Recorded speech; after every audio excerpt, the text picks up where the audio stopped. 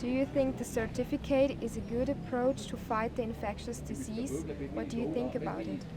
Actually, the reason why COVID certificates were introduced were mainly related to the fact that vaccines could reduce transmission. However, clinical trials were not designed to test whether vaccines would impact transmission or not. And actually, when we look at the real-world data, most of the evidence is showing that vaccines can reduce transmission, but those are suffering from many methodological issues, and it's very poor quality data. Let's make it simple and to simplify. So here in Switzerland, we are testing mainly people who are not vaccinated. So if you have to travel and you have to enter Switzerland, if you are vaccinated, you don't get tested. Now, because of the COVID certificates, mainly people who are unvaccinated are being tested.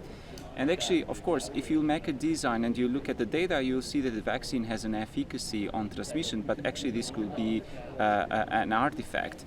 And if you look, for instance, data now currently at UK, it's showing that at the age group of 40 plus, the rate of transmission is higher among the vaccinated.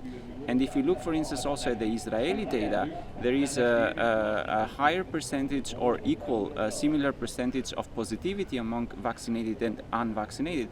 But because we do more tests among unvaccinated, you seem to see that the people who are unvaccinated leading to transmission. And then another question when it comes to COVID certificate is that what we have done with other diseases. For instance, smoking kills around 9,000 people in Switzerland. Obesity counts for 4 to 6% of overall deaths yearly in Switzerland. But we don't force anyone to quit smoking or to go and run and exercise because they are obese.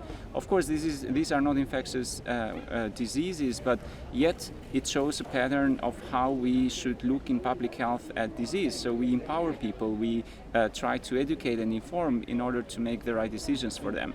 And then, of course, there is lots of uncertainty when it comes to application of vaccines because, as I mentioned previously, not all age groups are at risks. And actually, there should be also a choice of freedom when it comes to the application of vaccine. And then also with regard to COVID certificate, there is also hesitancy among the groups who are highly educated. And that also makes a little bit a question why there is an hesitancy there, and definitely doesn't come from conspiracy theories, and then we need to look and dig further.